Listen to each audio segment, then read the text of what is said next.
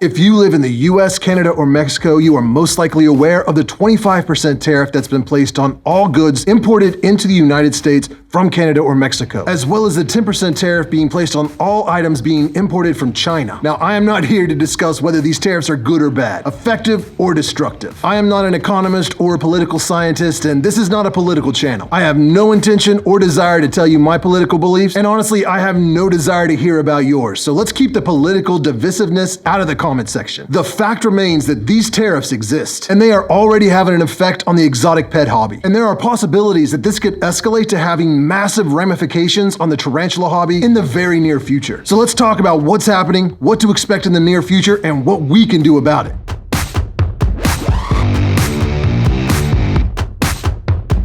The largest and most immediate changes, which we are already seeing, will be to the supplies that we use every day to take care of our animals. Items like enclosures, lights, dishes, heating elements, tools, thermostats, misting systems, you name it, for the most part, are made in China and will be subject to that 10% tariff just recently implemented. We have already seen multiple examples of companies that sell enclosures and other supplies that rely on a lot of imports from China already announcing a 10% increase in prices because of these tariffs. Some businesses are being open about the reason that they're raising prices. Other companies began raising prices weeks ago in anticipation of these tariffs coming into play. This seems to mostly be affecting very large companies that spend millions of dollars importing things from other countries. If you're spending millions of dollars on an import, a 10% tariff can mean hundreds of thousands or even millions of dollars in added expenses. That's a massive amount of money. But if you're a mom and pop only importing a few thousand, maybe $10,000 worth of product, that 10% tariff isn't going to hit as bad. And a lot of the small businesses I've spoken to, businesses like Tarantula Cribs, have said they would just absorb the 10% tariff on items imported from China. Just take it out of their profits, rather than passing it on to the customers. But large corporations that have boards of directors and shareholders, quarterly goals, they may not have that option.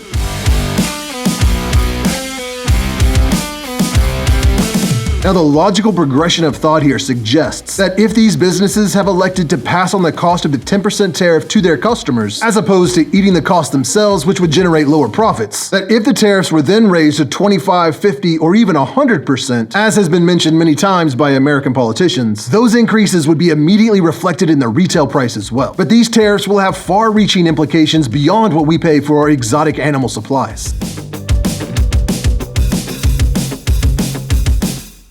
If the price of the supplies that we need to give our animals the best possible care rises, then the cost for the breeders and dealers to take care of their animals will rise as well.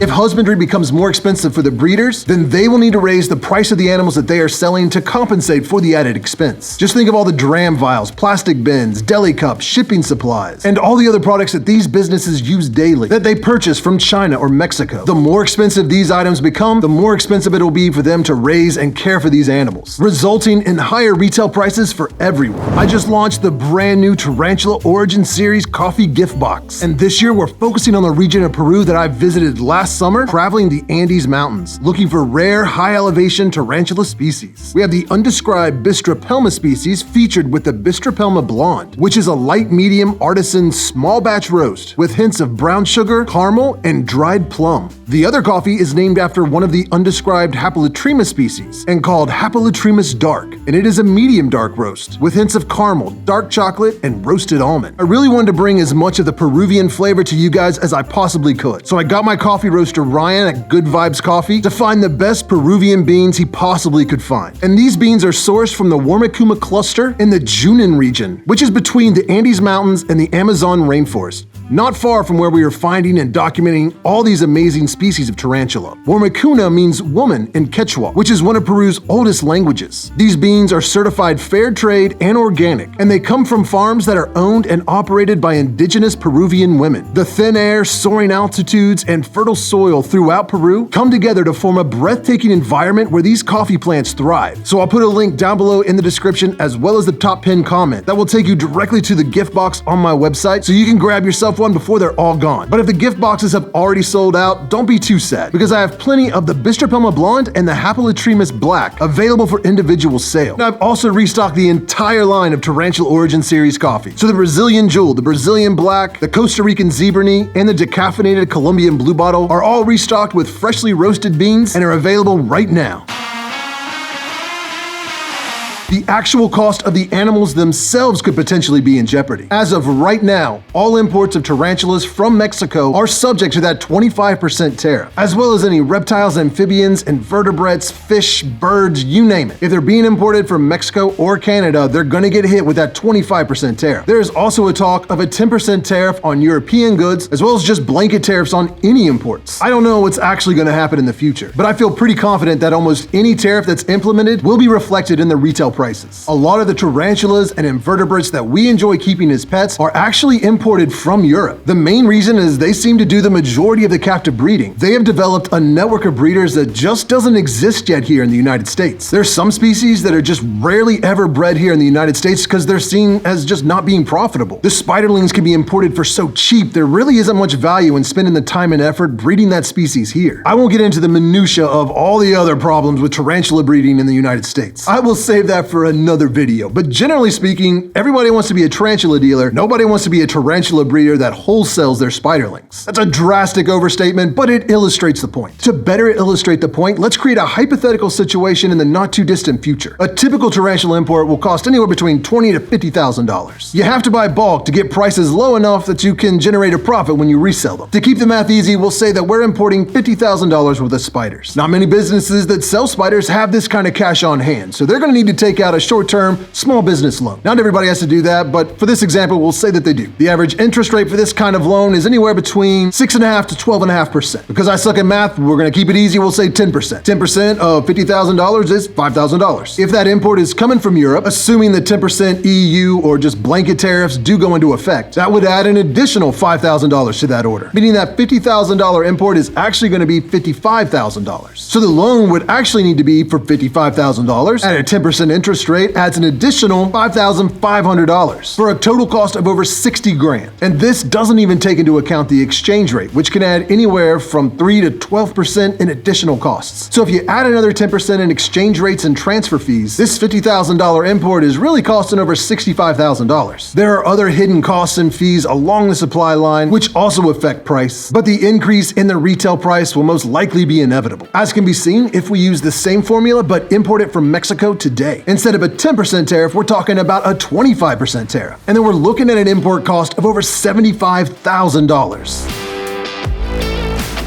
Long story short, it's going to cost more to import animals into the United States. It's going to cost more to take care of the animals once they are here. It's going to cost dealers more money to ship the animals to you, and it's going to cost you more in the pet store when you're buying the supplies that you need to take care of your animals. These tariffs will touch every aspect of not just the tarantula hobby, but the entire exotic pet industry. A lot of the products that we use every day to take care of our animals are imported from China or other Asian countries. Even products that are used to transfer and take care of feeders like roaches, mealworms, crickets, mice will end up costing more, which could lead to price increases there as well. I guess what I'm saying is be prepared for some sticker shock.